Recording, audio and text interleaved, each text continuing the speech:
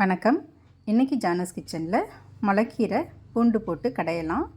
நான் அதுக்காக ஒரு கீரை கடையிற சட்டியில் ஒரே ஒரு பச்சை மிளகாய் போட்டிருக்கேன். 10-15 பல் பூண்டு தோல் எடுத்துகிட்டு போட்டிருக்கேன்.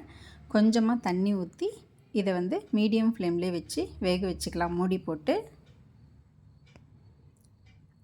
இப்போ இந்த பூண்டெல்லாம் வெந்துடுச்சு. இது கூட ஒரு கட்டு முளைக்கீரையை நல்லா சுத்தம் பண்ணி கழுவி வச்சுருந்தேன். அதையும் சேர்த்துக்கிறேன். சேர்த்து இதை நல்லா கலந்து விட்டுடலாம்.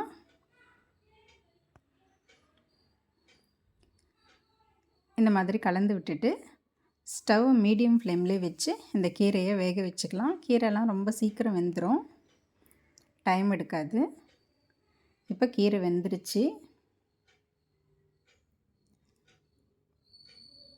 பாருங்கள், நல்லா வெந்துடுச்சு கீரை. இப்போ இந்த மாதிரி கீரையெல்லாம் வேக வச்ச பிறகு இதுக்கு டேஸ்ட்டுக்கு தகுந்த மாதிரி உப்பு சேர்த்துக்கணும். நான் இதில் 1/2 ஸ்பூன் அளவுக்கு உப்பு சேர்த்துருக்கேன். உப்பு சேர்த்து நல்லா கலந்து விட்டுடுறேன். இப்போ இந்த கீரையை தாளிச்சிக்கலாம்.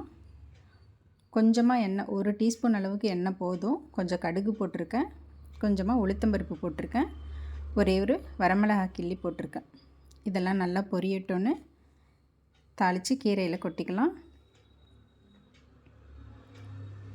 அவ்வளோதாங்க.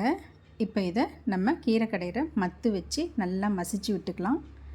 நல்லா நைஸாக மசிஞ்சிரும். இந்த மாதிரி சட்டியிலே கடைஞ்சால் நல்லா நைஸாக மசிஞ்சு வந்துடும்.